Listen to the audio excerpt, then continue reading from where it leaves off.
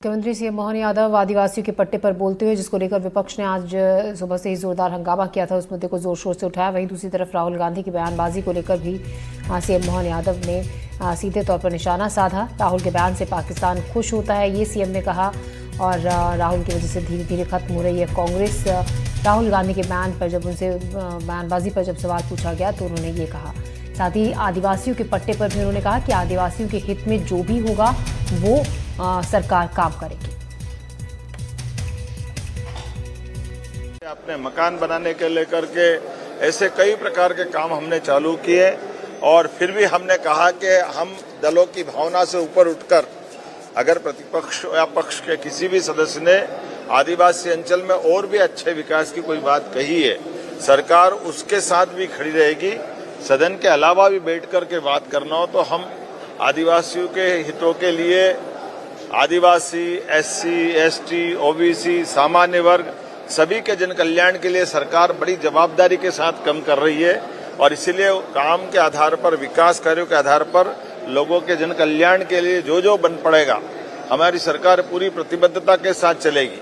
जैसे आपकी जानकारी है कि हमने अलग अलग जाति समुदाय के लोगों को भी, आदिवासी अंचल भी, एक तरफ हमने हमारे आदिवासी अंचल के पंडे, पुजारे, सभी प्रकार के देवस्थान के ऊपर काम करने वाले लोगों का मेरे अपने निवास में भी एक सम्मेलन आयोजित करा करके उनकी अपनी परंपरा को भी सम्मान देने का प्रयास किया।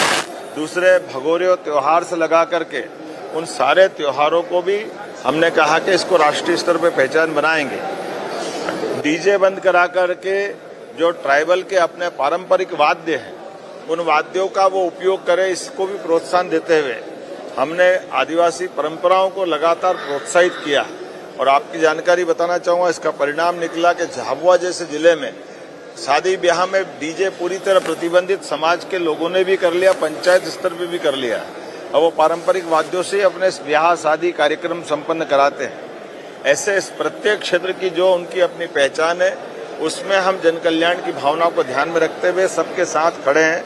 लगातार सरकार प्रत्येक आदिवासी भाई बहन के लिए तत्पर है और खासकर हमने ये भी कहा कि बरसात के समय किसी भी आदिवासी भाई बहन को मकान से बेदखल नहीं करा जाएगा और उनके अपने पट्टे वगैरह दिलाने के मसले को भी हम सबसे ज्यादा करेंगे। उल्लेखनीय है कि हमारी सरकार के द्वारा ही सबसे ज्यादा पट्टे दिए गए। पूर्ववर्ती कांग्रेस की सरकार ने एक पट्टा नहीं दिया था, लगभग 23,500 से ज्यादा पट्टे हमारी सरकार ने दिए हैं। लेकिन फिर भी दलगत भावना से ऊपर उठ करके और भी ऐसे जो मसले होंगे हम मिलकर के तैयार हैं। साथ ही साथ आज मैं बाढ़ आपदा प्रबंधन की दृष्टि से जो पिछले समय बाढ़ आई थी, सर्वाधिक बाढ़ जिसमें हमको अपनी सेना बुला करके गुना शिवपुरी में बचाव का प्रबंधन करना पड़ा था, आज मैं अपने माननीय मंत्री ज्योतिरादित्य सिंधिया जी के साथ बाढ़ आपदा के लिए भी जा रहा हूं। देख करके आने के साथ पूरे प्रदेश के अंदर हमने निर्देश तो पहले ही जारी कर दिए हैं कि सभी कलेक्टर अपने अपने जिले में इस बाढ़ के कारण से किसी की जनहानि, किसी की पशु हानि या किसी की प्रॉपर्टी या पुल पुलिया सड़क का नुकसान अगर हुआ है तो यथायोग्य तुरंत उस गति से वो जन सुविधाएं बहाल करे, सर्वे करे, राहत राशि, मुआवजा राशि जो देना हो दे।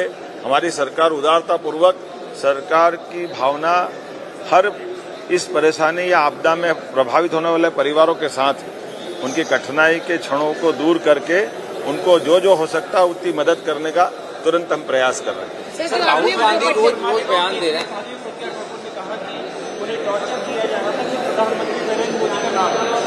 देखिए, ये तो अब सब अपने आप ओपन हो ही गया। जो हम शुरू से कह रहे थे, साध्वी जी के सामने जो न्यायालय ने फैसला दिया है वो दूध का दूध, पानी का पानी हो गया है। कांग्रेस के सारे षड्यंत्र फेल हुए और कांग्रेस ने एक मनगढ़ंत भगवा आतंकवाद का जो एक वितंडावाद, एक नया नाटक खड़ा किया था, वो सब कुछ ओपन हुआ है।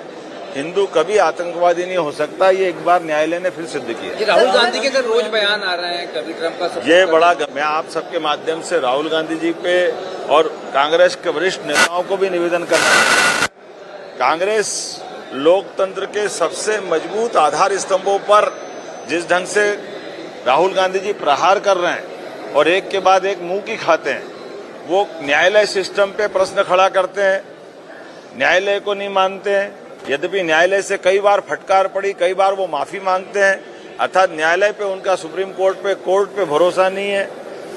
एक तरफ वो चुनाव आयोग पे प्रश्न खड़ा करते हैं। चुनाव आयोग के माध्यम से इस देश का गणतंत्र दुनिया के सामने आदर्श गणतंत्र है, सबसे बड़ा गणतंत्र अगर दुनिया में जिंदा है तो चुनाव आयोग की निष्पक्षता के आधार पर है, लेकिन ये चुनाव आयोग को भी नहीं मानते।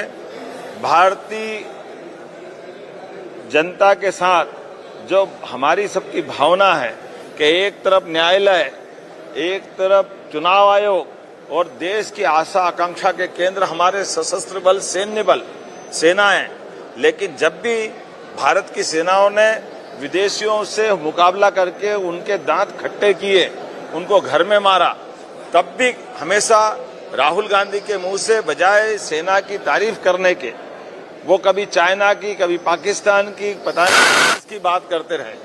तो ये बातें साबित करती है कि वो आखिर किसके साथ है। इस लोकतंत्र के अंदर ये राहुल गांधी जी के वरिष्ठ लोग, उनकी माताजी समझाए कि आखिर ये लोकतंत्र को जिंदा रखने के लिए वो क्या सोच रखते हैं। इसी के कारण से कांग्रेस की दुरावस्था होती है, पूरे देश से कांग्रेस धीरे धीरे खत्म हो रही।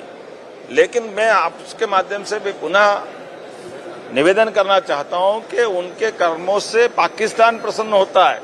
पाकिस्तान के आतंकवादी मिठाई बांटते हैं, हमारे दुश्मन देश खुश होते हैं। वो भारतीय लोगों का क्यों अपमान करते हैं? इस गणतंत्र की मजबूत इमारतों को क्यों ढीला करना चाहते हैं? उनको क्यों कमजोर करना चाहते हैं? अपने दल की हार से, वो गणतंत्र को कमजोर करने से वो उनकी अपनी दल की ताकत नहीं बचेगी। इसीलिए जनता की निगाह से उतर रहे हैं। बेहतर ये होगा कि वो लोकतंत्र में अपनी पार्टी का जनाधार बढ़ाए, अपनी पार्टी के लिए जो करना करे, लेकिन अपनी हार का ठीकरा अगर वो चुनाव आयोग पे फोड़ते हैं, अगर वो संविधान, उनकी पार्टी ने सबसे ज्यादा संविधान संशोधन अगर किए हैं तो कांग्रेस ने किए, वो अतीत के अंदर झांक के देखे और कभी वो इस गलती के लिए माफी भी मांगते और अगले ही पल वापस संविधान की किताब दिखाने लग जाते। तो संविधान के दायरे में रह करके अपोजिशन की भूमिका राहुल गांधी निभाए, वो निर्वहन करे। मैं आपके माध्यम से अपील करता हूं और बेहतर हो कि वो मैच्योरिटी लाए जिसके आधार पर उनकी अपनी एक छवि बने। लेकिन दुर्भाग्य के साथ कहना पड़ रहा कि नेता प्रतिपक्ष भारत रत्न अटल बिहारी वाजपेयी जी ने 50 साल तक जिस पद को पवित्रता के साथ दुनिया के रूप में दुनिया के सामने स्थापित किया, लेकिन ऐसे गरिमामय पद की भी अगर वो गरिमा घटा रहे हैं तो ये पाप उनके सिर पे लगेगा। मैं पुनः अपील करता हूं कि वो ये बात समझे और अपनी नई भूमिका चालू करें।